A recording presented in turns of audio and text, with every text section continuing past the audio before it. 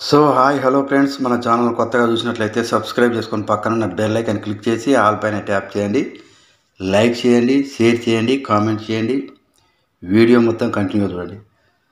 రుణమాఫీ తెలంగాణ రైతులకు శుభవార్త. రుణమాఫీ ఒక్కొక్క రైతుకు ఒక్కొక్క సందర్భంలో 2 లక్షల రుణమాఫీ. రుణమాఫీ అనేది రైతులకు వ్యవసాయ శాఖ మంత్రి తుమ్మల నాగేశ్వరరావు ఆశాజనకమైన వార్తను అందించారు. అసెంబ్లీ ఎన్నికల సమయంలో చేసిన కీలక హామీల్లో రైతు రుణమాఫీ ఒకటి.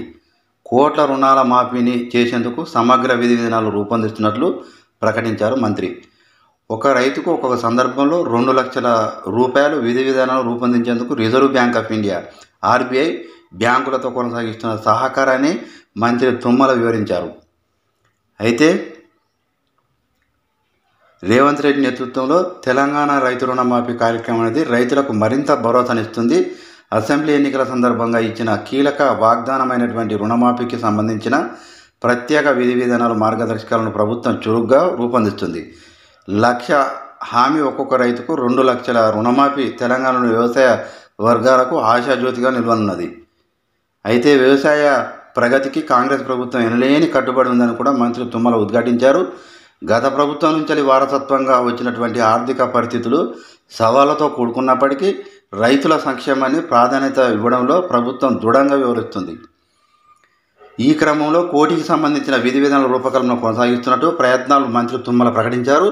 2 లక్షల రుణమాఫీ ఆర్బీఐ మరియు బ్యాంకుల సహకారంతో ఎన్నికల నియమావళి కట్టుబడి లోకసభ ఎన్నికల తర్వాత ఈ చొరవకు సంబంధించి మార్గదర్శకాలను ప్రకటించాల్సి ఉంది. రుణమాఫీ కార్యక్రమంతో పాటు రైతు బంధు నిధుల పంపిణీలో గణనీయమైనటువంటి పురోగతిని మంత్రి తుమ్మల ఎత్తిచూపారు. ఈ గణనీయమైనటువంటి సంఖ్యలో రైతులు మొత్తం 64,75,819 మంది 2023-24 యాసంగి సీజన్కి ఇప్పటికే నిధులు పొందారు. కేటాయించిన నిధుల్లో 92.65% పైగా వారి బ్యాంక్ ఖాతాల్లో జమ చేయబడ్డాయి.